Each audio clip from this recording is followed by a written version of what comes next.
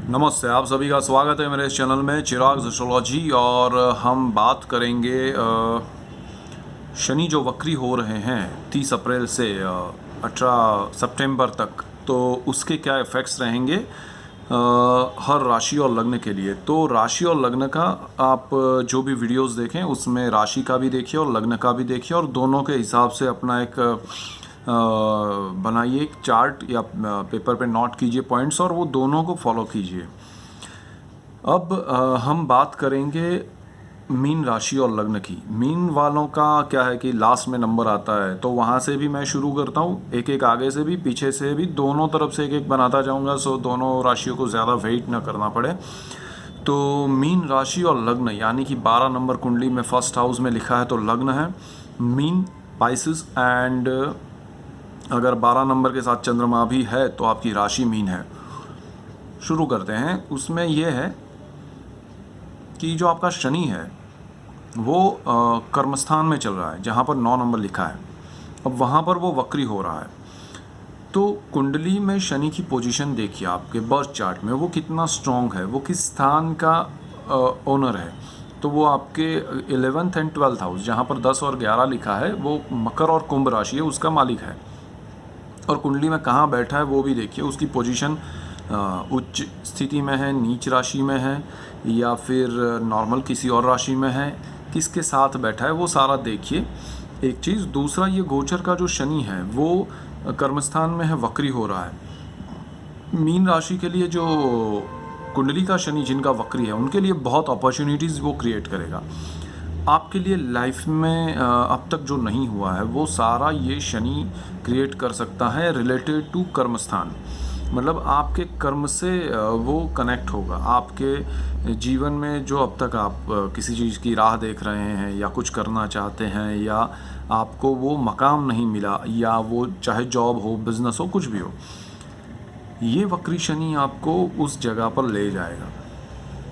ये वक्री शनि उस दौरान आपको ये स्थिति में ले जाएगा कि आप कहाँ पहुँच सकते हैं, आपके लिए क्या हो सकता है। संभावनाएं जो अब तक आपको लग रही थी वो प्रैक्टिकली कितनी संभव है और असंभव है, वो सारा क्रिएट करेगा आपके सामने सिचुएशन, और आपके सामने रियलिटी भी रखेगा, और जो आपके इल्यूजन्स हैं उसको भी ब्रेक करेगा। एंड देन आप रियल जो है उस दिशा में आगे बढ़ेंगे। तो ये वक्री शनि उस हिसाब से बहुत इम्पॉर्टेंट है। अब दूसरा ये भी है कि आपका वक्री शनि मतलब पहले तो जिस स्थान में बैठा है उसकी हम बात कर रहे हैं, तो उसमें वो पिता का भी एक स्थान है। वो बहुत ही महत्वपूर्ण स्थान इसलिए भी है कि वो भाग्य से दूसरा है, तो वो भाग्य के लिए धन स्थान भी है, और शनि केतु के साथ भी है।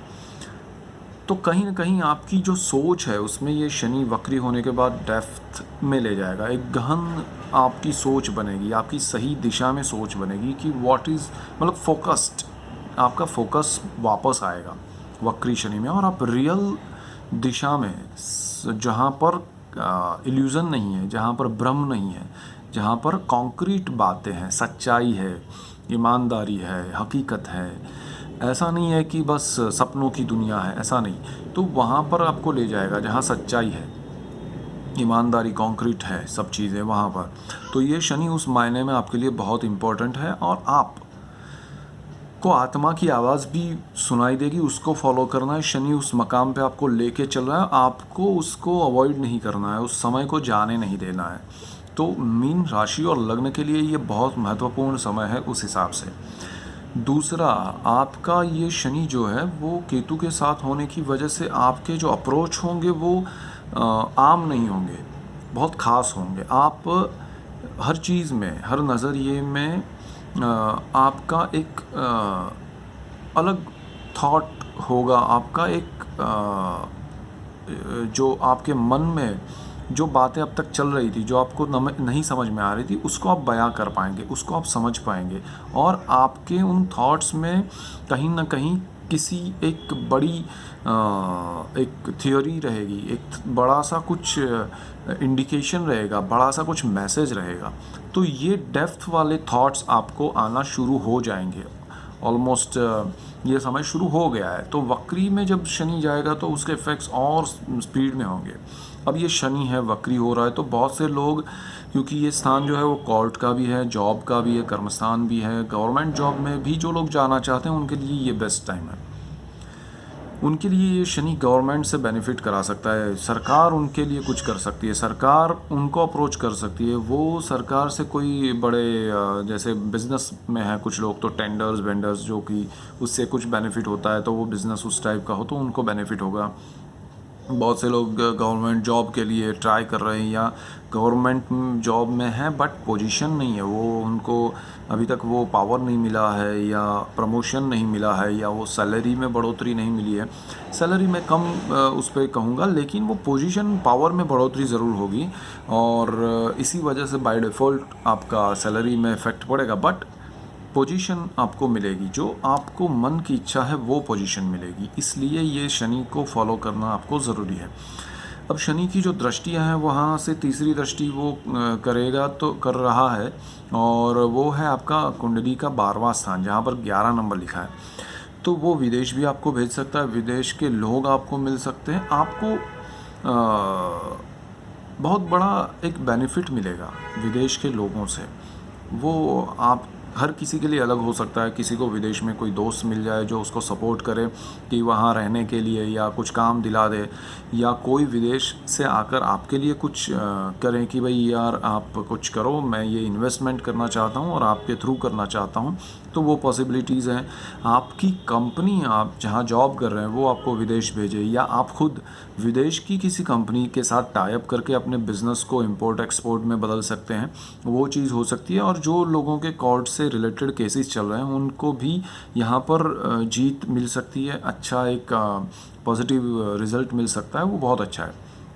फिर ये शनि जो है वो खर्च भी कराएगा, लेकिन अगेन ये शनि खर्च जो कराएगा वो नॉर्मली काम नहीं आता है, लेकिन यहाँ पर क्योंकि कुंभ राशि है और शनि उसका मालिक है, आपके लिए वो खर्च पॉजिटिव रहेगा। और ये नहीं है कि उसका वो बेनिफिट मिलेगा कि भाई इन्वेस्ट किया और रिटर्न मिलेगा, बट अगेन वो एक तरह से लॉन्ग टर्म का इन्वेस्टमेंट ही होगा कि आपने जो खर्च किया है घर के लिए या कहीं आप रहने गए या उससे रिलेटेड जो भी मतलब खर्च होता है, जब हम ट्रैवल करते हैं तो वो खर्च होता है, तो वो कोई रिटर्न नहीं करता है, बट वो खर्च बेनिफिशियल वर्क के लिए होगा, जो आप काम करने जा रहे हैं वो फ़ायदे में होगा। तो ये एक चीज़ है। दूसरा, आपका शनि जो है बिल्कुल सामने 7वां जो स्थान है वहाँ बैठा है, वहाँ से तो वो आपका 4th हाउस है, कुंडली का 4था स्थान जहाँ पर 3 नंबर लिखा है, सुख स्थान है, वहाँ पर उसकी दृष्टि बहुत अच्छी है और राहु भी है वहाँ पर, और वक्री शनि है तो राहु केतु भी वक्री होते हैं। तो ये तीनों मिलकर आपके लिए बहुत कुछ करेंगे और आपका घर बदल देंगे, आपकी जॉब बदल देंगे, आपका कर्मस्थान बदल देंगे, आपका रहने का स्थान भी बदल सकता है ये शनि।